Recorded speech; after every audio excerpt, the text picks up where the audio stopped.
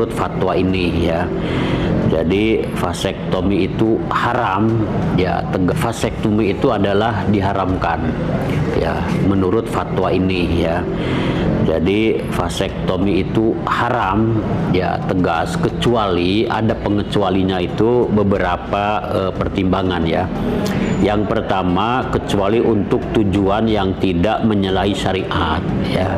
Vasektomi itu hanya mengikat dan memotong saluran penghubung namanya vas deferens antara testis yang menghasilkan sperma sampai tidak bisa keluar. Mana nih? Kemarin dari MUI yang mengatakan vasektomi itu haram, atau orang-orang yang mengharamkan vasektomi.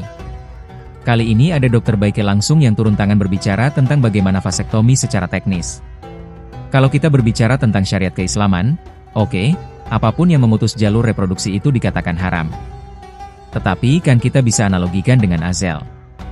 Azal ini, di mana aktivitas seksual ini tidak dilangsungkan, dipertemukan antara apa benih-benih reproduksi ini dengan sel telur.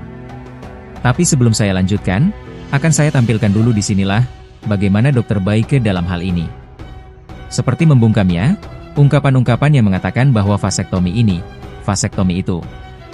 Nah, yang tidak diinginkan adalah ketika ada tokoh ulama yang berkata tentang vasektomi, tapi tidak tahu secara seluk-beluk vasektomi ini bagaimana. Vasektomi tidak menjaga dari penyakit kelamin. Baike yang adalah ahli seksiologi, saya katakan dia ahli seks, dia nggak mau gelar itu. Pertanyaannya, vasektomi itu diapain sih Pak? Ya. Apa kita yang ada nggak organ diambil?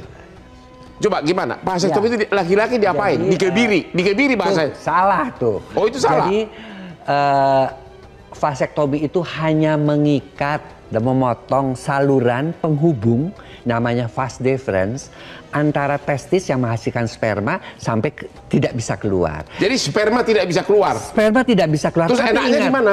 Sperma itu kan hanya 5% dari cairan-cairan semuanya yang dikeluarkan. Jadi nggak ada bedanya. Ya.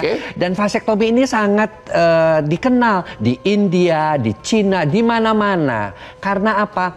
Kita ingin mengatakan bahwa pria juga mesti ikut andil dong dalam keluarga berencana. Jadi vasektomi itu kepuasan laki-laki tidak ada yang berkurang. Tidak ada yang berkurang. Ya boleh juga nih ya. Nggak ada risiko ya? Tidak ada risiko. Oke. Ya. Dan kita juga harus menghormati perempuan. Ya. Perempuan itu sudah hamil, melahirkan, menyusui, mendidik anak. Mana peran laki-laki? Makanya di India, dimanapun mereka lebih laki-laki yang sayang sama istrinya, mereka mau melakukan Berapa vasektomi. lama untuk proses vasektomi? Vasektomi itu karena prosedurnya mudah, dia itu bisa dokter umum plus saja yang melakukannya, memotong kemudian mengikat, memotong kemudian mengikat. Ikat. Ya, sudah begitu dia tunggu kurang lebih 8 minggu sampai 12 minggu karena masih ada sisa-sisa sperma supaya tidak terjadi kehamilan. Dan itu sama, keperkasaannya tetap sama. Kemudian juga jumlah cairannya hanya berkurang 5%. Kemudian juga keluarga menjadi lebih harmonis, tidak ada takut lagi bahwa istri akan terjadi kehamilan. Dan juga kepada pacar-pacar aman. Nah, aman. Tapi ingat, vasektomi tidak menjaga dari penyakit kelamin. Oh, tidak menjaga. Tidak menjaga. Nah, ini orang selalu bilang, gue udah vasektomi, nggak apa-apa, gue seks bebas, nggak akan menghamil. Nggak akan menghamili, tapi tetap terkena penyakit kelamin. Jadi mitos-mitos ini yang harus dibenarkan. Dan jangan sampai orang sekarang di Indonesia jadi takut untuk melakukan vasektomi. Karena vasektomi itu adalah suatu tindakan, ya kalau seorang laki-laki ingin menyayangi laki-laki Indonesia dari segi persentase kurang dari 1%. Kurang dari 1%. Beda dengan kurang dari 1%. Kenapa? Takut? Karena mitos-mitos yang berkembang. Takut mati gitu si Ucok? Bukan. Nah itu.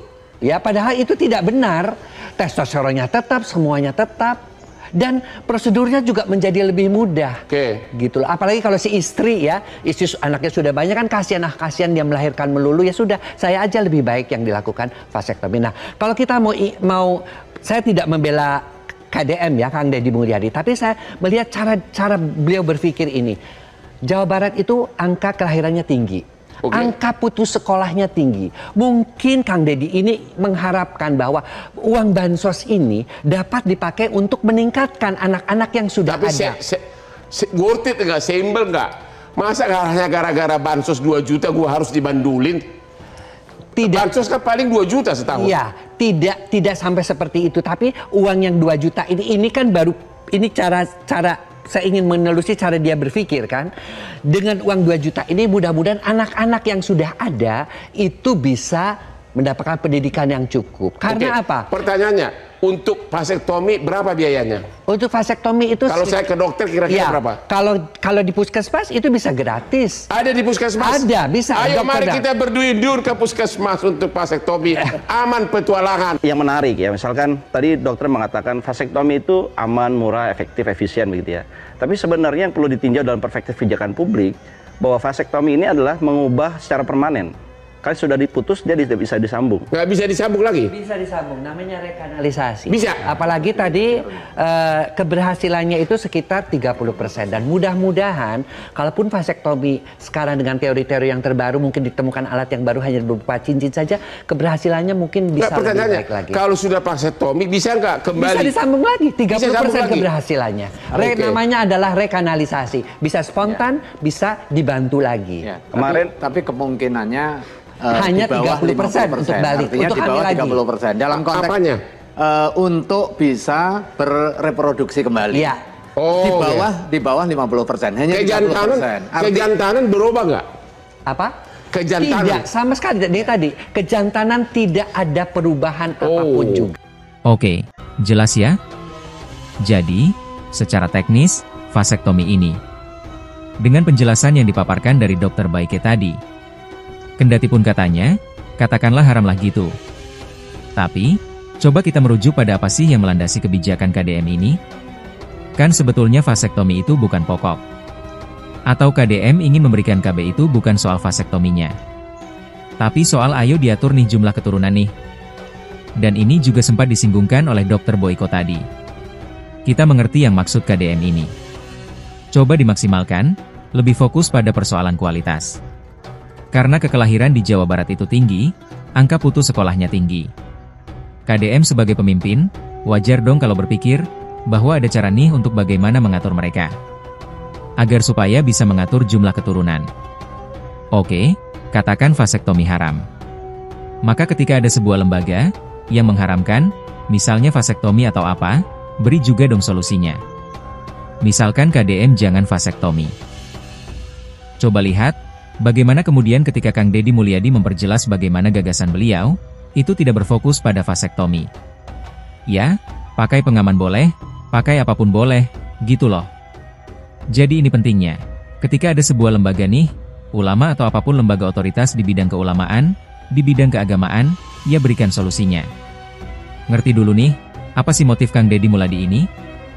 Sehingga mengatakan ingin memberikan vasektomi itu apa sih? Oh, karena ingin mengatur jumlah angka kelahiran, angka populasi. Karena kasihan juga, kalau misalkan lahir banyak-banyak, tapi mereka yang terlahir itu tidak mendapatkan hak pendidikan, hak gizi, dan semacamnya. Nah, ketika itu ditemukan, ia kasih solusi. Jangan vasektomi atau apapun. Karena KDM juga nggak berfokus pada vasektomi juga. Ini kalau kita saklek-saklekan, katakan vasektomi haram. Kalau kita lihat bagaimana resikonya cukup besar juga ya.